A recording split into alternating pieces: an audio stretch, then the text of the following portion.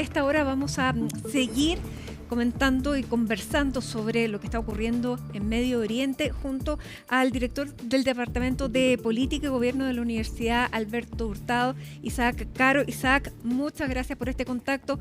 Muy buenas tardes. Matilde, nuevamente, un gusto saludarte. Igualmente, Isaac. ¿Podemos decir, como le dijo Mark Rutte a Donald Trump, que esto ha sido un éxito sin precedentes y que es su logro? Definitivamente no, y partiendo primero que nada porque acá lo que tenemos nosotros es una agenda, más que una agenda, un libreto de improvisación. Me parece que en la nota se había señalado hace un rato atrás cuáles eran los objetivos que tenía Estados Unidos. Los objetivos eran fundamentalmente terminar con el programa nuclear de Irán o era cambiar el régimen. Hemos visto cómo Trump ha cambiado una y otra vez el objetivo establecido por Estados Unidos para realizar esta operación. Ese es un primer punto. No estaba claro cuál va a ser el objetivo. Es un objetivo al parecer cambiante. Pero además, el objetivo de terminar con el programa nuclear iraní que se planteó también el gobierno de Netanyahu no está claro si se ha logrado.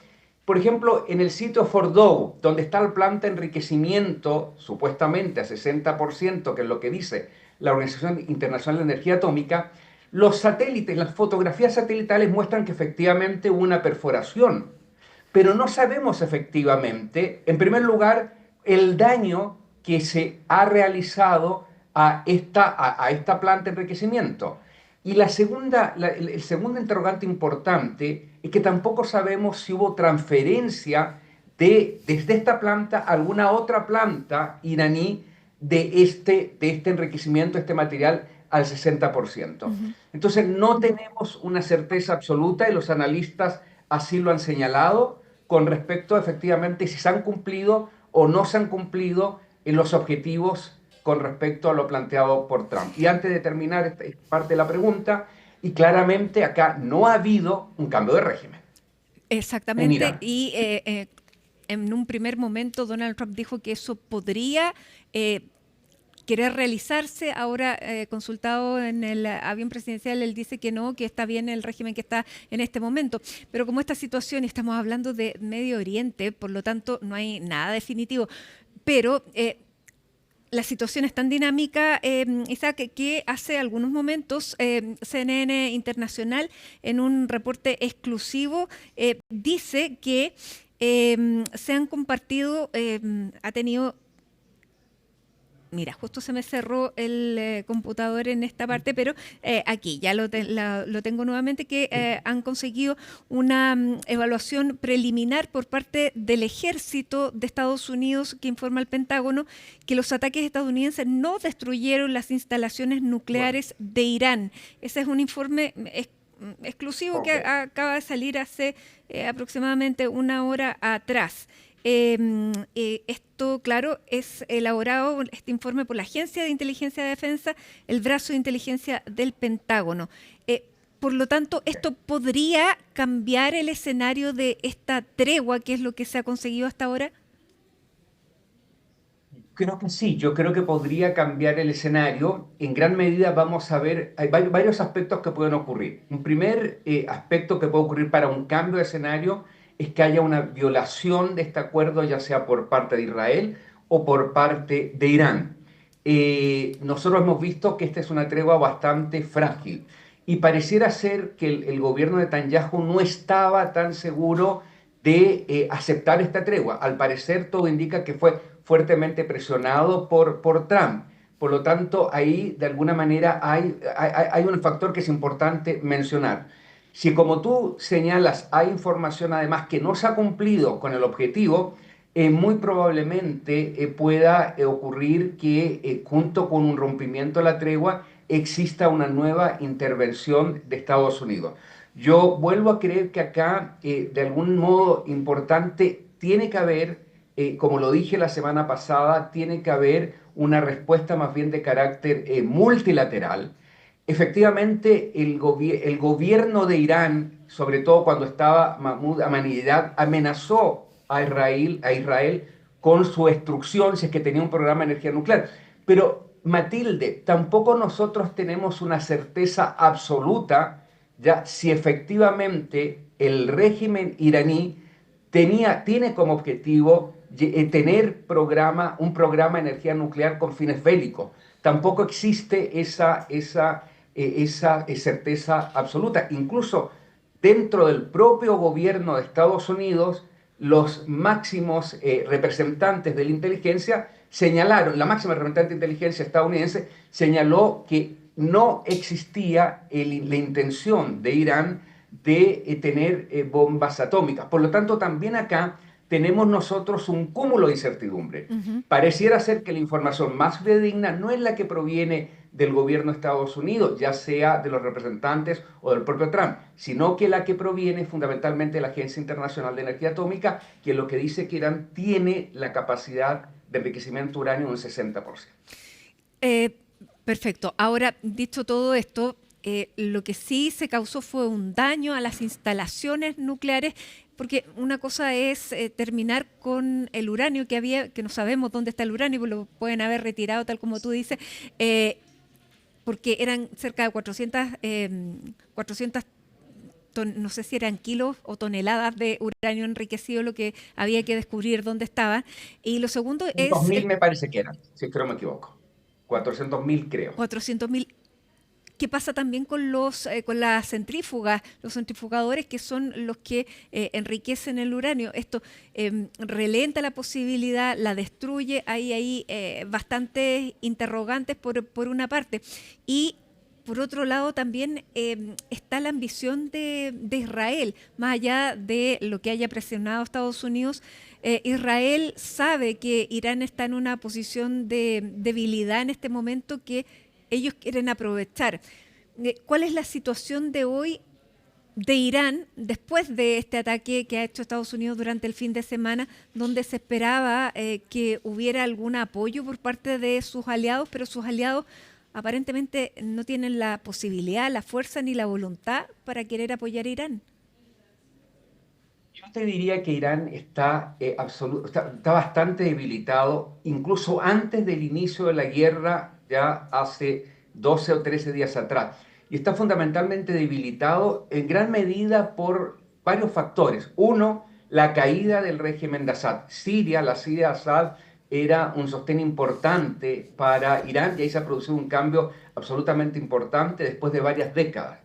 Y eso ha influido en parte en el debilitamiento de Irán, pero también los proxies iraníes, especialmente Hamas y Hezbollah, se han visto fuertemente debilitados. Entonces, yo diría que Irán no está en la misma condición que en la que estaba hace un par de años atrás. Es más, después que se produce el ataque de los Estados Unidos, Irán lanza un ataque en contra de bases militares en Qatar, de Estados Unidos en Qatar. Sin embargo, previamente Irán avisa, avisa de que iba a realizar este ataque, con lo cual se ve que quería de alguna manera no intensificar este conflicto. Ahora, dicho esto, queda siempre una duda que es que no sabemos cuál va a ser la posición del régimen iraní. La posición del régimen iraní va a ser continuar con el programa nuclear con mayor énfasis, viendo ahora que hay una amenaza a su territorio, como quedó demostrado con los ataques primero de Israel y después de Estados Unidos. Esa es una gran disyuntiva. Y la otra disyuntiva que tenemos es de qué manera va a funcionar la alianza que tiene Irán con Rusia. Tú lo sabes muy bien, el día sábado, el domingo, no me recuerdo bien, el canciller iraní fue recibido por Putin, donde le pidió ayuda. Hay un tratado además de mutuo estratégico, pero parece ser que al canciller no le fue muy bien. Probablemente también eso haya determinado que se haya logrado este acuerdo, este cese al fuego de manera tan rápida y que Irán lo haya aceptado. Es muy probable que eso haya ocurrido así. Además, y con esto también termino, Putin, si bien es cierto, tiene esta alianza importante con Irán, tiene también vínculos muy importantes con Israel, especialmente con Netanyahu. Por lo tanto, vamos a ver cómo se desenvuelven los acontecimientos dependiendo de una serie de estos factores.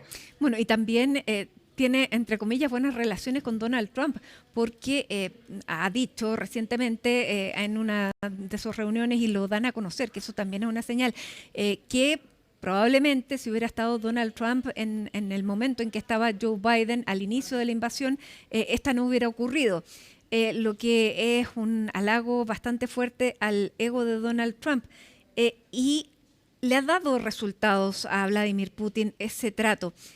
Es lo que ha hecho Mark Rutte, el secretario general de la OTAN, al enviarle este mensaje que para algunos es vergonzoso, para otros es extremadamente adulador y para otros es muy útil, considerando a quién se lo está mandando, al iniciarse esta reunión de la OTAN frente a un presidente que ha sido tan escéptico frente a la labor de este grupo?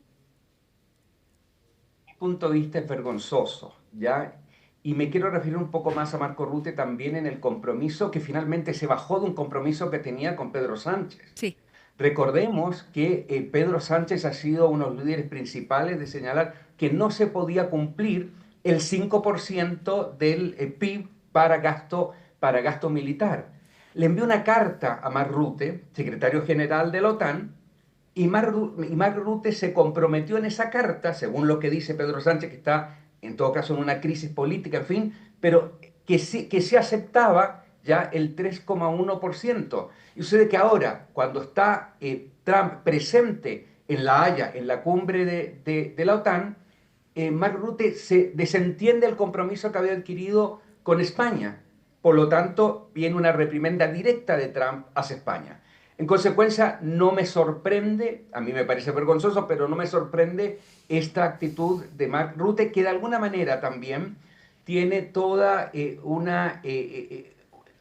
un pasado con respecto a la OTAN, sobre todo, recuerda, en el primer gobierno que Trump amenazó en varias oportunidades que si no se llegaba a un determinado porcentaje, Estados Unidos se iba a retirar. Incluso más, posteriormente, cuando estaba en campaña, señaló que aquellos países que no obtuvieran creo que era el 2%, no me acuerdo bien, del PIB, ya podían ser invadidos por Rusia y Estados Unidos no los iba a defender. Claro, y Por ahora lo se tanto, redobla del 2 al 5%, más que a se 5%. duplica.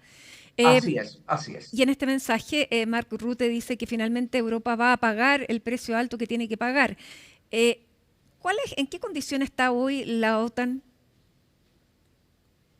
A ver, yo creo que desde mi perspectiva también yo siento que hay una división en la OTAN. Y la OTAN está fuertemente afectada, sobre todo porque uno de los componentes centrales del sistema internacional de la post-Segunda Guerra Mundial estaba fundamentada en la fortaleza que tenían las relaciones noratlánticas. Es decir, el eje fundamental eran y esto incluso fue característico de la Guerra Fría y de la posguerra fría. Las relaciones entre Estados Unidos y Europa Occidental y posteriormente con la posguerra fría con toda Europa era uno de los elementos fundamentales que definían el sistema internacional. Hoy en día eso, en gran medida, esa alianza se ha roto. Tú mismo, Matilde, lo dijiste en la pregunta. Cómo hoy en día pareciera ser que Trump tiene una mayor amistad con Putin que la que puede tener con el primer ministro canadiense o con la que puede tener con los primeros ministros o presidentes de Europa Occidental. Y eso indudablemente marca una fragmentación en esta organización del Atlántico Norte. Europa pareciera estar más unida frente a esto porque esto ocurrió luego de la reunión que tuvo en la Casa Blanca con Volodymyr Zelensky, cuando Europa hace una reunión y da la primera alarma, o sea, acusa el golpe, diría yo, y dice, bueno, nos tenemos que poner de acuerdo entre nosotros. ¿Hay ahí, fruto de esto, una consecuencia de que Europa se haya unido efectivamente? Porque más allá de los recursos que puede no tener España, por ejemplo, Italia, que era más escéptica, también pareciera estar alineándose, no con tropas, pero sí con dinero. Yo te diría que sí y no. por una parte hay determinados países de la Unión Europea que parecieran ser que están más unidos, incluso más unidos con, fundamentalmente estoy hablando de Francia, Alemania, y también unidos con un país que salió de la Unión, que de la Unión Europea con el Reino Unido. Yo creo que ahí hay algunos países, y los países bálticos, pero también hay una fragmentación importante, sobre todo por la emergencia y consolidación de determinados gobiernos de extrema derecha o populistas en el contexto de la Unión Europea, que han tenido un discurso bastante pro-Rusia y bastante pro-Putin, y que se han opuesto a una intervención de la Unión Europea y de la OTAN en apoyo a Ucrania. Y me refiero fundamentalmente al régimen y al gobierno de Víctor Orbán en Hungría. ¿Ya? Me refiero también a lo que está pasando con el gobierno en Eslovenia. Entonces también ahí se empieza a producir una fragmentación. En Polonia tenemos un primer ministro europeísta, Donald Tusk, pero en las elecciones que se realizaron, creo que hace 2 o 3 domingos atrás, ganó ya el presidente más de extrema derecha. Por lo tanto, ahí también se va a producir probablemente una ruptura en esta coalición, en esta cohabitación. Entonces también hay una fragmentación ahí en Europa. Tú mencionaste el caso de Italia. También la extrema derecha al interior de Europa está dividida. Hay una postura, como la propia postura de Giorgia Meloni, ya hermanos de Italia, que está por apoyar a Ucrania, ¿ya? Pero hay otra, que es la de Orbán, que está con la posición contraria. Incluso dentro del mismo gobierno italiano, el vicepresidente, que es Salvini, ya es pro-Putin. Entonces, también ahí hay una gran cantidad de fragmentaciones y contradicciones. Y volviendo a lo que está ocurriendo entre Irán e Israel, si bien Donald Trump ha logrado esta tregua, que sabemos que tratándose de Medio Oriente siempre las cosas no pueden ser definitivas, pero hay hasta ahora al menos una tregua que parece respetarse. Una cosa es la tregua y otra cosa es la paz. ¿Podemos hablar que hay un camino de paz frente a esta posición debilitada de Irán? ¿Es posible? Creo que solamente es posible hablar de un camino de paz en la medida en que hayan acuerdos, en que haya multilateralismo, en que se vuelva a una especie de un acuerdo que esté de alguna manera también en gran medida consolidado, arbitrado, ya sea por la Unión Europea, por Estados Unidos. De lo contrario, me parece a mí que lo mismo que vimos nosotros, aunque la naturaleza del conflicto sea distinto, lo mismo que vimos con el acuerdo que se firmó, si es que yo no me equivoco, en enero de este año entre Israel y Gaza, que finalmente se rompió, lo mismo lo vamos a ver en esta posición. Y aquí hay un tema que deja un poco para la interrogante. Cuando Trump anuncia esto del acuerdo, que además lo anuncia de una manera bastante poco convencional, porque es anunciado primeramente en su red social, Claro. Red Social, si es que no me equivoco, Sí. lo anuncia ahí. La gran duda que queda es si esto obedece a un interés nacional o obedece a un interés personal del propio Trump de intervenir. O sea, ahí queda una duda. Ya queda una duda que es importante de alguna manera mencionarla. Pakistán, el gobierno de Pakistán, hace unos días atrás, propuso a Trump como candidato al Premio Nobel de la Paz. Entonces, la pregunta que uno se puede hacer, ¿está buscando eso Trump? Yo solamente lo pregunto, ¿ya? ¿Está buscando eso para, de alguna manera, llevar a un acuerdo entre Irán e Israel y para llevar a acuerdos también en otros conflictos, cosa que no le ha resultado posible, como el caso de llegar a un acuerdo entre Ucrania y Rusia, aunque señaló que en 24 horas lo iba a lograr? Entonces ahí también hay varias dudas que quedan de alguna manera para realizar y para reflexionar. Ahora, si esta tregua se extiende, Donald Trump hoy día mismo ya se había levantado como el gran ganador, que había terminado esta guerra de los 12 días, incluso él la bautiza como la guerra de los 12 días. Pero bueno, no sabemos qué duración va a tener esta tregua y si efectivamente después puede coronarse con esta corona, efectivamente con esta corona. bueno, la Vamos a situación ver. es bastante No difícil. sabemos. Mientras podemos esperar otro tipo de respuestas por parte de Irán o células de Irán. Bueno, ahí se manejan, Matilde, varios escenarios, ¿ya? Y efectivamente una posibilidad de mantenerse incluso esta tregua entre Israel e Irán, que al menos ojalá se pueda mantener el mayor tiempo posible, es que puedan existir, a pesar de que han sido de alguna manera disminuido en la importancia de las células pro-iraníes, que efectivamente pueden realizar algún ataque o algún atentado. Los hutis han sido en gran medida bastante activos en este sentido, pero también ya sigue estando la presencia de Hezbollah. Y nosotros no nos podemos olvidar que aquí en nuestra América Latina, Hezbollah, junto con las más altas autoridades iraníes de la época, fueron responsabilizadas por la justicia argentina en Ujú, 1994 del atentado contra la AMIA. ujú. Por lo tanto, tenemos un precedente de un ataque terrorista, en este caso de carácter chiita, realizado por un movimiento chiita, Hezbollah, con apoyo de Irán.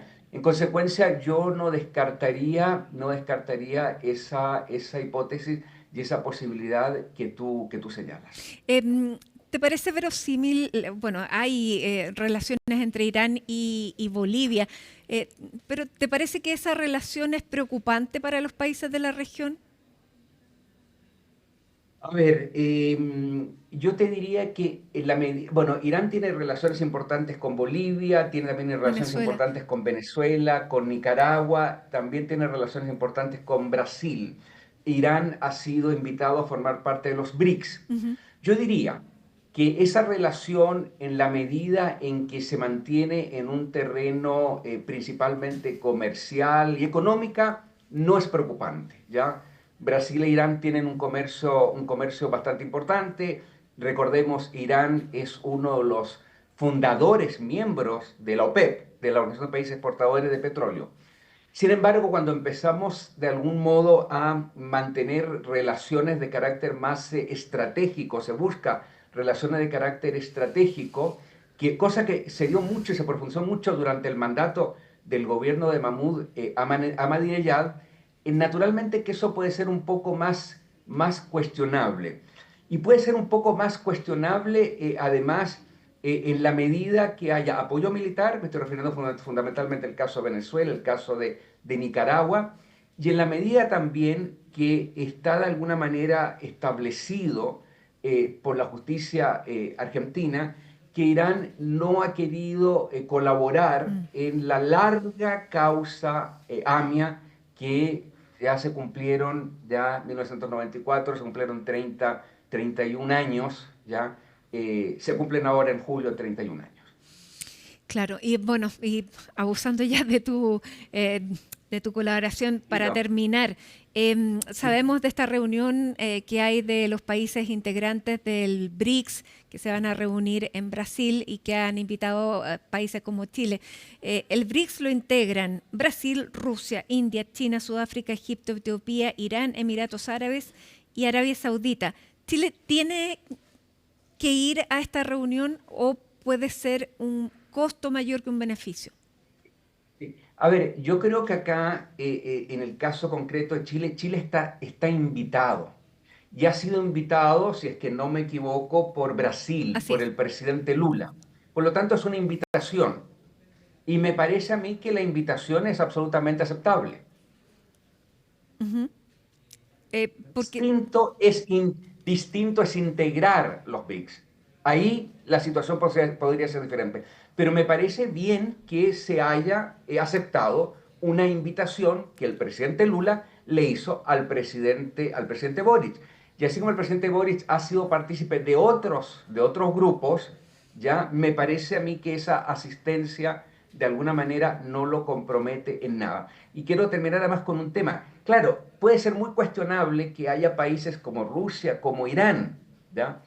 Pero también dentro de los BRICS hay países, tú lo mencionaste, Arabia Saudita. Irán y Arabia Saudita han tenido un enfrentamiento permanente. Hoy en día hay relación diplomática gracias al rol mediador que ha tenido China, pero también las visiones son bastante confrontadas. No es que los BRICS ya tengan sean un grupo de países absolutamente homogéneo Mm. y que todos estén en contra de la democracia haya violaciones de los derechos humanos. Y en ese sentido me parece a mí muy bien que Boris haya aceptado la invitación que le hizo el presidente Lula. Distinto sería integrar los BRICS. Eso ya merecería una conversación mayor. Bien. Isaac Caro, muchísimas gracias nuevamente por esta conversación con nosotros, director del Departamento de Política y Gobierno de la Universidad Alberto Hurtado.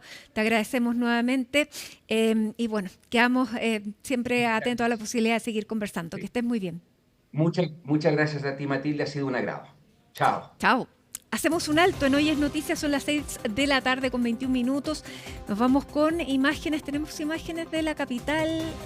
No tenemos, sí tenemos imágenes de la capital. Les contamos que a esta hora además hay 12 grados de temperatura con una décima y esta es la imagen ya del atardecer en Santiago cuando son las 6 con 21 minutos.